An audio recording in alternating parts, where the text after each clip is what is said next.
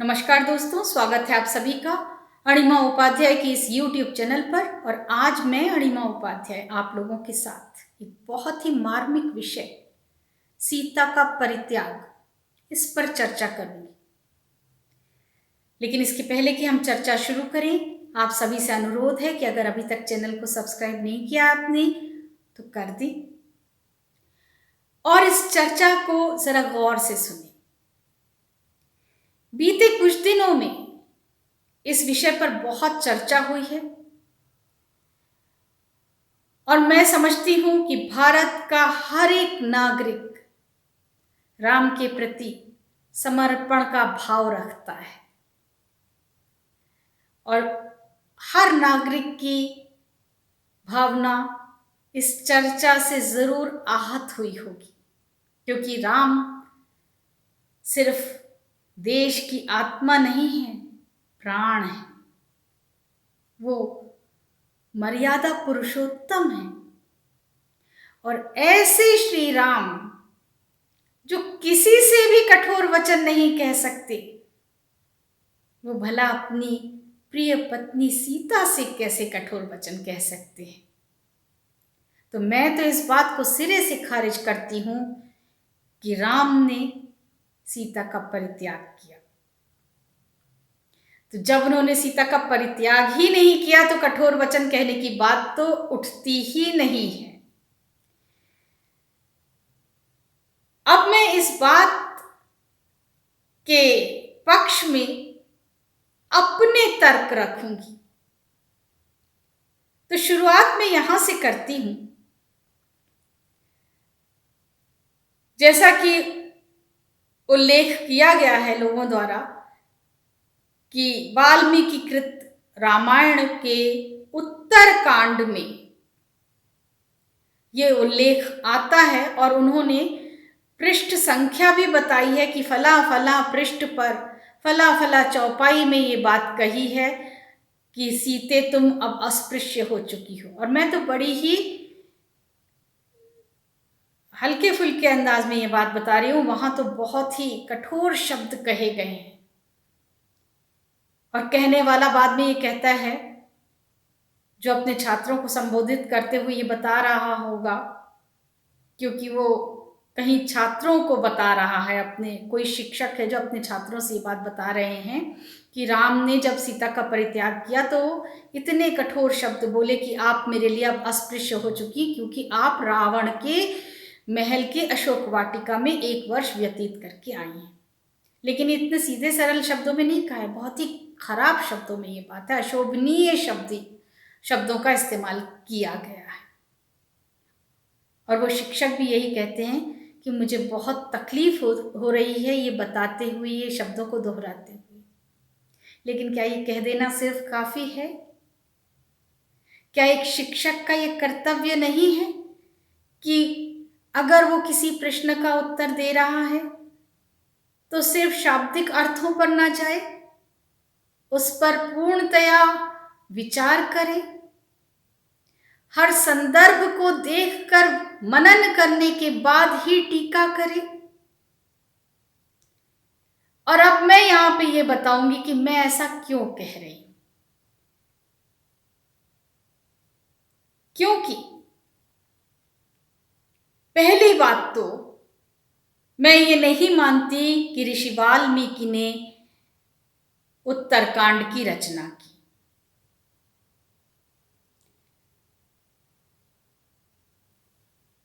और उसका कारण बहुत सीधा सा है ये ना मानने का, क्योंकि ऋषि वाल्मीकि तो राम के समकालीन थे। उन्होंने तो सीता को अपने आश्रम में पनाह दी थी, रखा था। उन्हीं के आश्रम में लव और कुश का जन्म हुआ था। लेकिन कभी भी सीता ने ये बात किसी को नहीं बताई थी कि वो कौन है। अपनी आइडेंटिटी उन्होंने किसी को नहीं बताई थी, ऋषि वाल्मीकि को भी नहीं बताई थी। और वाल्मीकि जी की गंभीरता देखिए, उन्होंने कभी सीता से ये पूछा नहीं कि पुत्री तुम कौन हो। हाँ, तपोबल के जरिए, तपोबल के माध्यम से उन्हें ये पता जरूर चल चुका था कि सीता कौन है, लेकिन उन्होंने इस बात को सीता पर भी जाहिर नहीं किया था कि वो जान गए हैं कि वो सीता है। तो जो इतना गंभीर व्यक्तित्व का स्वामी होगा, भला वो ऐसी अशोभनीय बात कैसे लिख सकता है?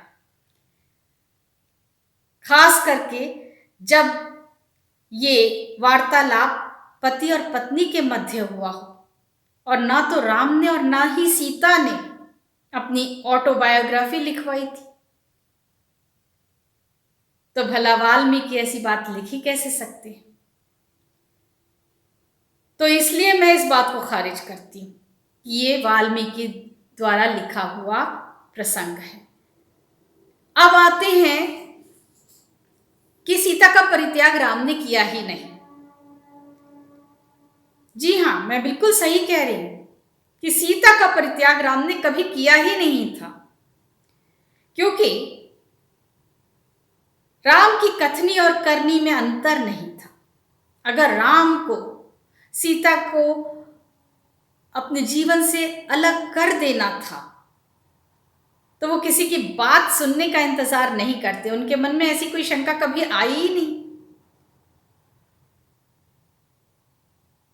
अगर ऐसी जरा भी शंका उनके हृदय में होती तो वो सीता को लंका से वापस अयोध्या ही नहीं लाते। और इतना ही नहीं, सीता ने स्वेच्छा से अग्नि परीक्षा दी थी, और इस अग्नि परीक्षा के साक्षी स्वयं राम, लक्ष्मण, संपूर्ण वानर सेना और देवतागण थे। तो उनके सतीत्व पर अगर कोई प्रश्न खड़ा करे, ये राम स्वयं ही बर्दाश्त नहीं कर सकते थे। हाँ, यहां मैं एक बात मानती हूं कि राम तो बहुत बड़े कूटनीतिज्ञ भी थे, योद्धा होने के साथ साथ, और इसीलिए जब वो लंका से वापस अयोध्या लौटे होंगे तो उन्हें जरूर ये संदेह तो रहा होगा कि रावण के कुछ विश्वास पात्र अभी बचे हैं जीवित, जो हो सकता है गुप्त रूप से अयोध्या भी पहुंच जाएंगे और वहां उनके राज्य में हलचल पैदा करने की हर संभव कोशिश करेंगे जिससे वो बदला ले सके। और जिस तरह से आज फेक खबरें चलती हैं, तब भी चलती थी। आम जनता का विश्वास डिगा देना कौन सी बड़ी बात है, ऊपर नीचे की बातें करके।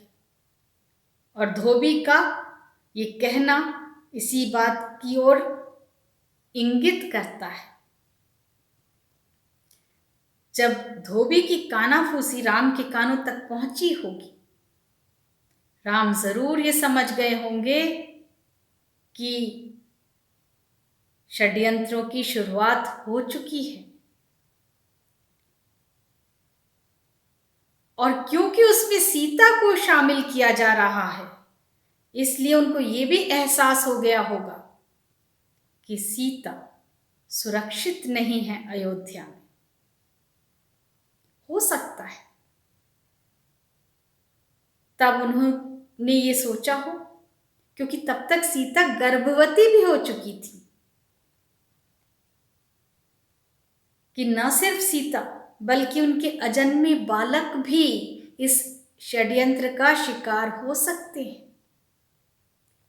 और षड्यंत्रों को राम 14 वर्ष पहले ही झेल चुके थे, मैं पत्नी और भाई की। अब वो इसमें सीता को नहीं पढ़ने देना चाहते होंगे, इसीलिए उन्होंने अपने सबसे ज्यादा विश्वास पात्र भाई लक्ष्मण के साथ चुपचाप सीता को वन में उस सुरक्षित स्थान पर पहुंचवा दिया जहां किसी को कानो कान खबर ना लगे कभी। और हुआ भी यही। लक्ष्मण उन्हें ऋषि वाल्मीकि के आश्रम के पास छोड़ते हैं। और इतना ही नहीं करते राम, बल्कि वो आगे तक की योजना बनाते हैं कि हनुमान जी लगातार सीता जी का और बच्चों का ख्याल रखते रहेंगे। तो उन्होंने सिर्फ 2 लोगों पर विश्वास किया, लक्ष्मण और हनुमान पर, और किसी को नहीं बताया कि सीता कहाँ है। इसके साथ ही साथ वो लगातार इस कोशिश में लगे रहे कि सीता को वापस ला सके। इसीलिए उन्होंने विवाह नहीं किया।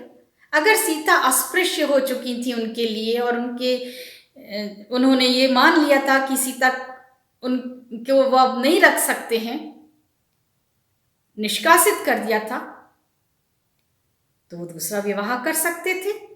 उनके पिता दशरथ ने 3 विवाह किए थे, परंतु उन्होंने तो ऐसा नहीं किया। यहां तक कि अश्वमेध यज्ञ के पूर्ण होने पर जहां पत्नी का स्थान होता है, वहां उन्होंने सीता की स्वर्ण प्रतिमा बनवा कर रखवाई थी, जो फिर ये सिद्ध करता है कि सीता को उन्होंने कभी भी परित्याग नहीं किया था। और न सिर्फ उन्होंने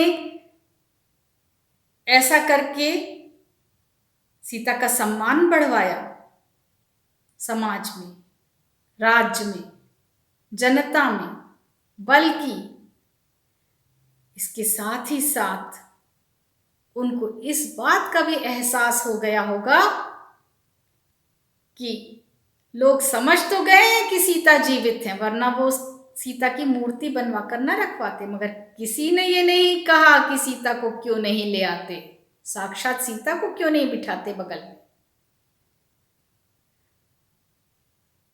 और इसीलिए वो ये भी समझ गए होंगे कि अभी भी सीता को अगर वापस लाएंगे तो सीता को फिर उन्हीं बातों का सामना करना पड़ेगा जिससे वो आहत होंगी और उनकी असुरक्षा होगी। हाँ, मैं ये बात जरूर मानूंगी कि उस काल में भी नारी का शोषण जरूर होता था। नारी को बड़ी आसानी से व्यभिचारिणी कह दिया जाता था। सारे आरोप नारी पर लगा दिए जाते थे। उसे ज्यादा आजादी नहीं थी। ये सब बातें मैं मान सकती हूं, और इसका प्रमाण तो है ही अहिल्या का उद्धार राम के द्वारा। अहिल्या जो ऋषि गौतम की पत्नी थी, उन पर स्वयं उनके पति ऋषि गौतम ने ही आरोप लगाया था और श्राप दिया था चट्टान बन जाने का, जिसे बाद में राम ने वहां आश्रम में जाकर मां कहकर उनका सम्मान बढ़ाकर उनका उद्धार किया था। ऐसे श्री राम अपनी पत्नी पर इतने गलत आरोप लगाकर गर्भावस्था के दौरान कैसे परित्याग कर सकते हैं? ये तो बिल्कुल भी मानने योग्य बात नहीं है। राम के ऊपर लगे ये सारे आरोप मैं खंडित करती हूं, और मेरे साथ इस देश का हर नागरिक खंडित करता है। ना तो राम ने सीता का कभी परित्याग किया और ना ही कभी उनसे कोई अशोभनीय बात कही। ये तो सिर्फ बाद के लोगों ने पूर्वाग्रह से ग्रसित होकर शायद बहुत कुछ अपने अनुमान से लिख दिया, जो हम में से किसी के गले उतर ही नहीं सकता। और इसीलिए मैं कहूंगी कि जब भी हम ये बातें लोगों तक पहुंचाएं, खास करके उन कच्चे दिमाग के छात्रों से करें, तो संदर्भ के साथ समझाएं। राम जिसने शबरी के जूठे बेर खा लिए, जिन्होंने मंथरा को भी कभी कठोर शब्द नहीं कहे, ये जानते हुए भी कि उन्होंने उनकी विमाता कैकेयी के कान भरे थे, उसको भी उन्होंने सहर्ष स्वीकार किया। कैकेयी से भी उन्होंने कभी कठोर वचन नहीं कहे। वो अपनी प्रिय पत्नी सीता, जिसको वो इतने अच्छे से जानते थे, कैसे भला कठोर शब्द कह सकते थे। वो तो उनकी प्रेरणा थी, उनकी शक्ति थी। और वियोग के समय राम किस प्रकार से सीता के लिए आंसू बहाते हैं।